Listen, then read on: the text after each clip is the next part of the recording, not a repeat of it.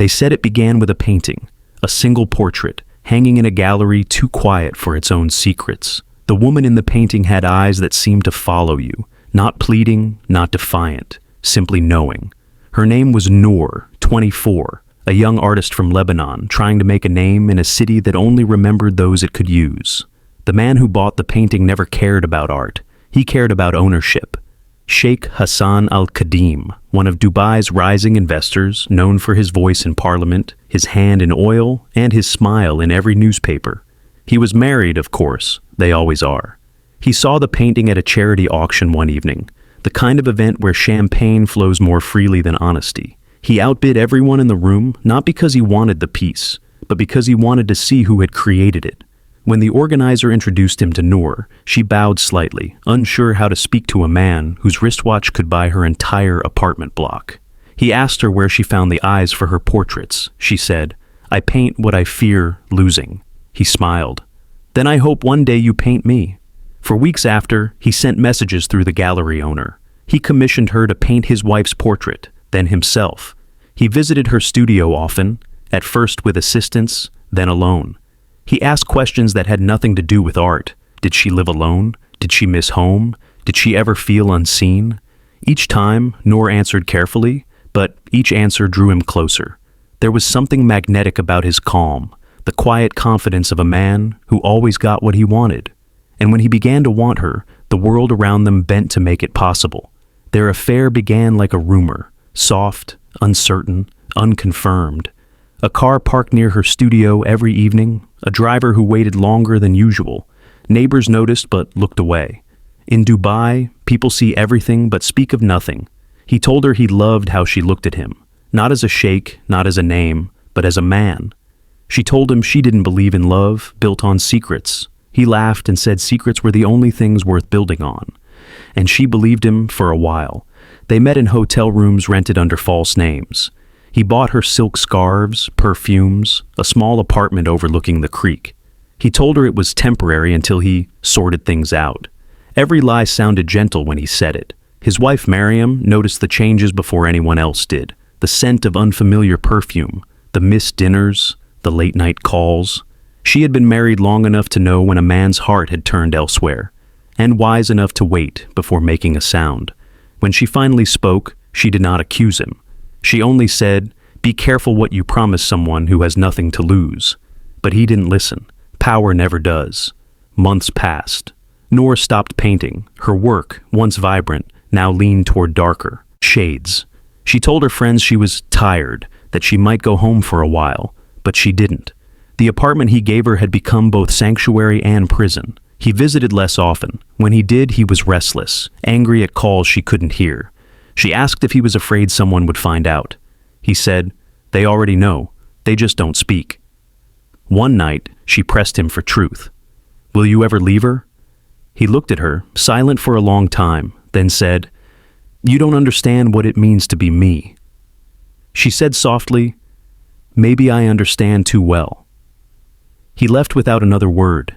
Days later, she found the key card to their hotel suite disabled. Her calls went unanswered. The driver stopped coming. In the silence that followed, she realized she had not been chosen. She had been borrowed. Then came the painting, a new canvas she worked on in a fever.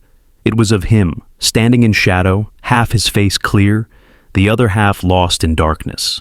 Across the bottom, she wrote a single word in Arabic. Code.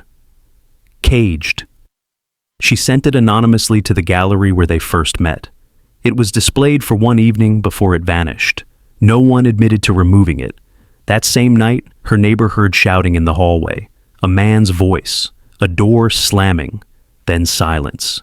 The next morning, the caretaker found the door to Noor's apartment ajar. The room smelled of turpentine and metal.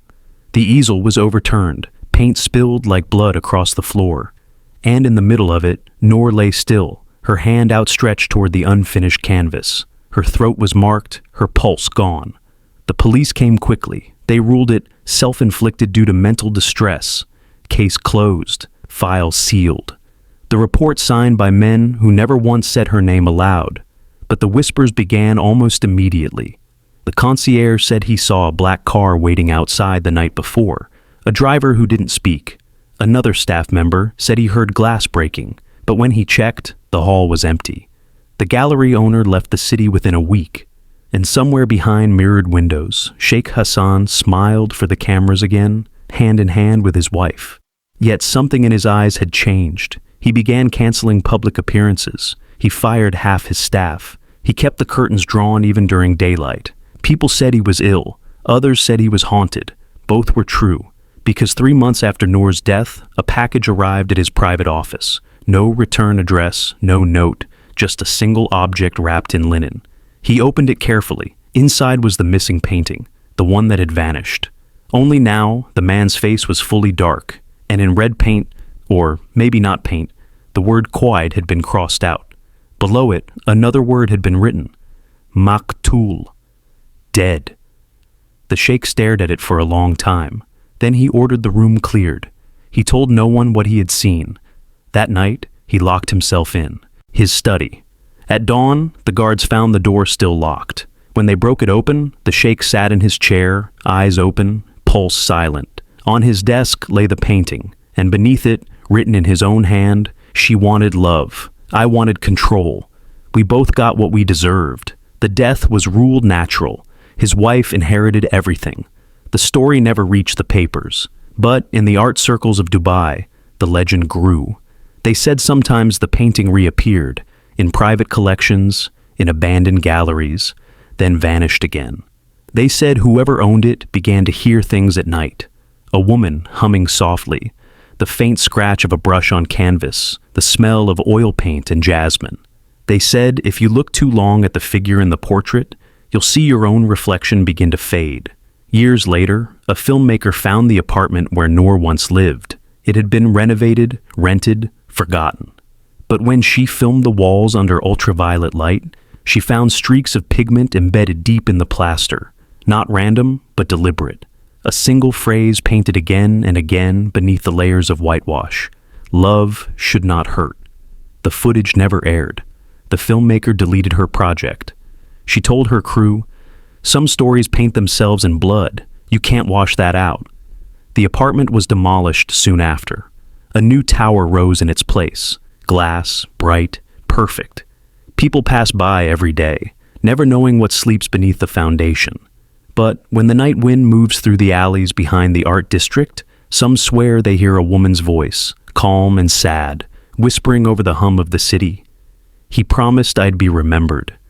And in a way she was, not in newspapers, not in galleries, but in the way people lower their voices when they talk about love and power in the same breath. Because in Dubai, even the richest walls can't silence guilt forever. And sometimes, the most expensive art is painted with what can never be replaced.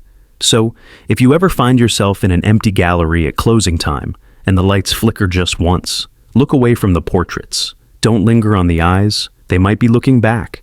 This has been another episode of Dark Whispers, True Crime Tales. If this story reached you, help it reach someone else. Like the video. Share it with someone who still believes love and control can coexist. And tell us where you're listening from tonight, because some stories die when ignored. But this one still breathes in every whisper of the desert wind.